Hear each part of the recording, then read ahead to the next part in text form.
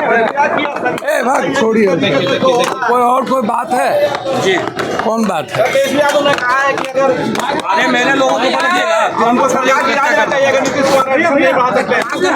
देखिए, दो बात समझिए। पहले तो जो लगातार बच्चे की मौत हो रही है कोचिंग वाले में, उसमें है कि पटना में जितना कोचिंग माफिया है, कोचिंग माफिया के लिए एक गाइडलाइन बने, एक एडवाइजरी बने, उस पर सरकार का अंकुश हो।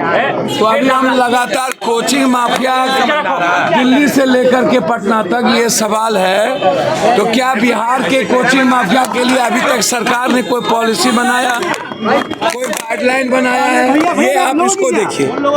दूसरा चीज, आरक्षण के सवाल पर बिल्कुल एक बात समझिए, सब सर्व सही कह रहा, नीचे रखिए, नीचे रखो, नहीं तो नहीं करने देंगे, किसी को नहीं करने देंगे। एक मिनट, सुप्रीम कोर्ट का जो एक आदेश आया है ST SC में क्रीमिलियर को लेकर के, इस पर बड़े समीक्षा की जरूरत है। एक तरफ आरक्षण को लगातार कटल करने की, दूसरे तरफ आरक्षण जब बिहार में या तमिलनाडु में पहले भी दिया गया 67%, उसके बाद मेरा एक आग्रह है, सिर्फ यह कहना कि नीतीश कुमार जी यदि डबल इंजन इसको अध्यादेश नहीं ला पाते हैं भैया, तो क्या बोलेंगे आप लोग ऐसे करिएगा तो? भैया मैं क्या कह रहा हूँ सुनिए, मेरा कहना ये है कि आरक्षण के सवाल पर 7 जज का जो आदेश है, इस पर बड़े समीक्षा की जरूरत है और सदन में इस पर चर्चा करने की जरूरत है। सर्वदलीय बैठक की आवश्यकता है। अब ST SC में जिसकी आर्थिक, सामाजिक, शैक्षणिक आज भी 1.7 से ऊपर नहीं है और वहां भी क्रीमिलियर की बात होगी, तो निश्चित रूप से एक समीक्षा की जरूरत है और उस पर अध्यादेश लाने की जरूरत है। तुम्हारा आ रहा है, लेकिन जो बिहार के ऊपर रखे रहते हो हमेशा, लेकिन जो बिहार की बात है उसमें मेरा सीधा है कि बिहार में गलती किसने की? सरकार तो दोनों आदमी की थी ना। तो बिहार में आपने यदि इसको कैबिनेट के बाद डिसीजन ले करके सदन में पास करवा करके भेज दिए होते तो आज ये प्रॉब्लम क्रिएट नहीं होता। तो गवर्नमेंट जिसकी थी उसी ने इस प्रॉब्लम को बढ़ाया है।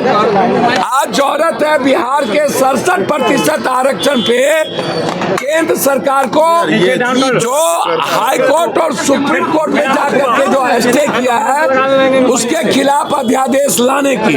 मैं यह नहीं कहूंगा कि वापस ले लीजिए, वो कर लीजिए, लेकिन जब दोनों आदमी की सरकार थी तो फिर गलती कहाँ हुई? जब आपने 67% आरक्षण दिया तो फिर सदन में पास करके क्यों नहीं भेजा? और आज सबसे पहले सत्ता पक्ष और विपक्ष दोनों मिलकर के यहाँ सदन से पास करके भेज दे, तो गलती तो पहले ही हो चुकी है। और दिल्ली में भी सुप्रीम कोर्ट का जो क्रीमिलियर है वो भी मामला है, तो दोनों मामला को इसी सत्र में बहस करा लेने की जरूरत है। पप्पू जी क्या आपको थ्रेट हुआ है इस बात की? माफिया के खिलाफ लड़ाई है, मेडिकल माफिया के खिलाफ लड़ाई है, जमीन माफिया के खिलाफ लड़ाई है। कल भी सदन में मेडिकल माफिया के खिलाफ मैं आग उगला हूँ। एजुकेशन माफिया, ये जितने एजुकेशन माफिया उसके खिलाफ